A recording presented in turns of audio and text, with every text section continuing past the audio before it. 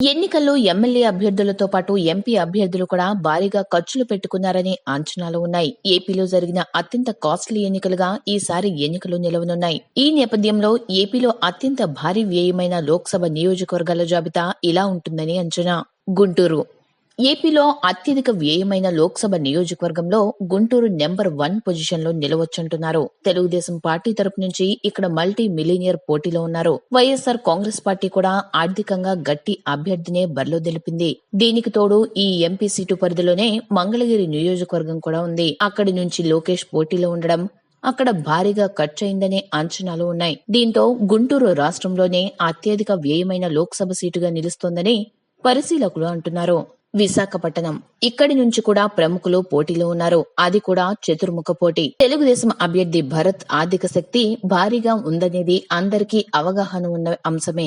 ఇక వైఎస్ఆర్ కాంగ్రెస్ పార్టీ కూడా భారీగా డబ్బులున్న ఒక వ్యాపారిని బరిలోకి దించింది. ఈ నేపథ్యంలో విశాఖ పోరు ప్రతిష్టాత్మకంగా మారింది.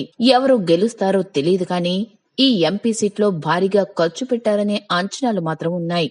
రాజమండ్రి ప్రతి దఫాలోనూ రాజమండ్రి ఎంపీ నియోజకవర్గం రాష్ట్ర వ్యాప్తంగా ఆసక్తిని రేపుతూ ఉంటుంది. ఇక్కడ ఎవరు గెలుస్తారనేది ఆసక్తిదాయకమైన అంశమే.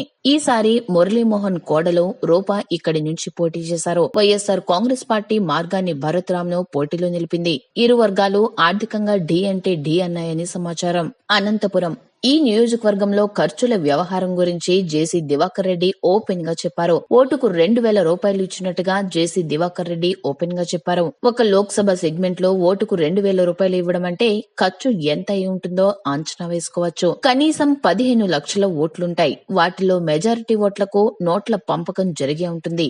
కాబట్టి ఎంత ఖర్చు పెట్టి ఉంటారో ఎవరికి వారు అంచనా వేసుకోవచ్చు. విజయవాడ తెలుగుదేశం పార్టీకి అనుకూల పరిస్థితులు ఉంటాయనే ఈ నియోజకవర్గంలో ఈసారి వైఎస్ఆర్ కాంగ్రెస్ పార్టీ ఒక కోటీశ్వరుడిని తెచ్చి పోటీ చేయించింది. ఈ నియోజకవర్గంలో కూడా ఇరు వర్గాలను భారీగానే ఖర్చు పెట్టి ఉంటాయనే అంచనాలు ఉన్నాయి.